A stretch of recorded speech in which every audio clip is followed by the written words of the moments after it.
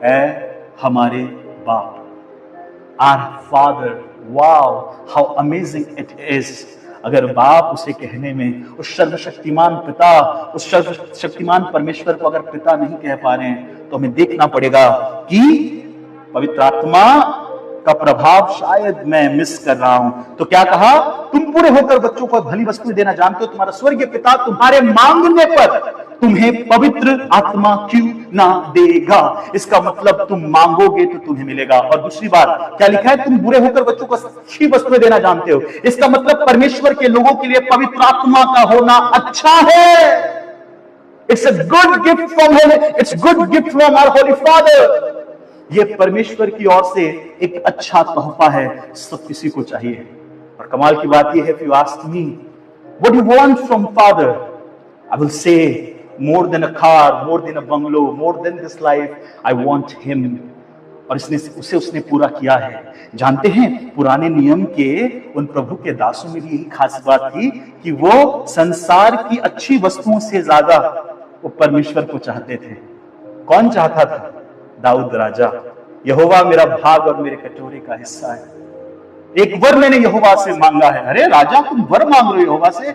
हाँ, एक वर मैंने मांगा है। क्या? जिंदगी भर तेरे भवन में रहूं। अरे राजा हो तुम, महल मांगो, अपने राज्य को बढ़ाओ, अपने लिए घोड़े, सोना, चांदी, नौकर, चाकर मांगो। क्या मांग रहे हो? यहोवा, हे पिता, मुझे तू चाहिए, मुझे तू चाहिए।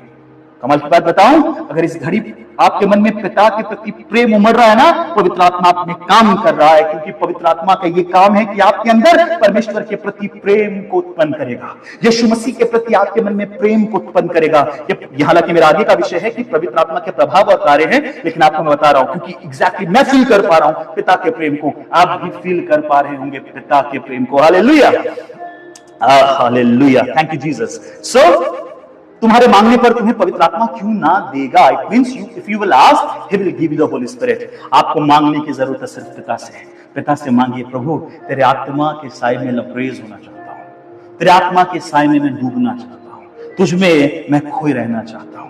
मेरी एक ख्वाहिश है, मेरी ख्वाहिश है कि तुझसे लिपटा रहूं, बस तुझ में छिपा रहूं।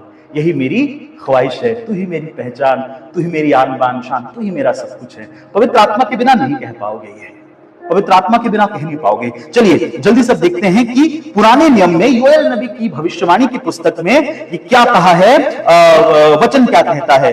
तो जल्दी से योएल नबी की पुस्तक 2 अध्याय 28 और 29 पद मैं पढ़ रहा हूं आपके लिए, क्योंकि हम लोग जल्दी चल सके इसलिए मैंने सब नोट्स पहले से बना के रखे हुए हैं। सो योएल नबी की पुस्तक का हवाला जब देते हैं आजकल के प्रीचर की, देखो योएल नबी ने कहा है कि वो अपना आत्मा सब पर उंडेलेगा, तो योएल नबी के एग्जैक्ट वर्ड क्या थे? वो शुरू होता है उन दिनों के पश्चात, यानी जिस भूमि में भविष्यवक्ता योएल ने पवित्र आत्मा के सभी लोगों पर उतरने की बात की थी, वहां पर जो वर्ड यूज हुआ है उन दिनों के पश्चात। अब इस उन दिनों के पश्चात, उन दिनों का जो ट्रांसलेशन है या इंटरप्रिटेशन है, प्रभु के विभिन्न दास विभिन्न तरह से करते हैं। और आपको बताता हूं मैं, उनसे भी बेहतर एक ट्रांसलेशन हमारे पास मौजूद है। और वो किसने किया है? वो प्रेरित पतरस ने किया है। वो प्रेरित पतरस ने किया है। जानते हैं आजकल के न्यू एज प्रीचर इस वचन को लेकर क्या कहते हैं? क्या लिखा है वहां पर? उन दिनों के पश्चात परमेश्वर अपना आत्मा सब प्राणियों पर उंडेलेगा, हमारे बेटे बेटियां भविष्यवाणी करेंगे,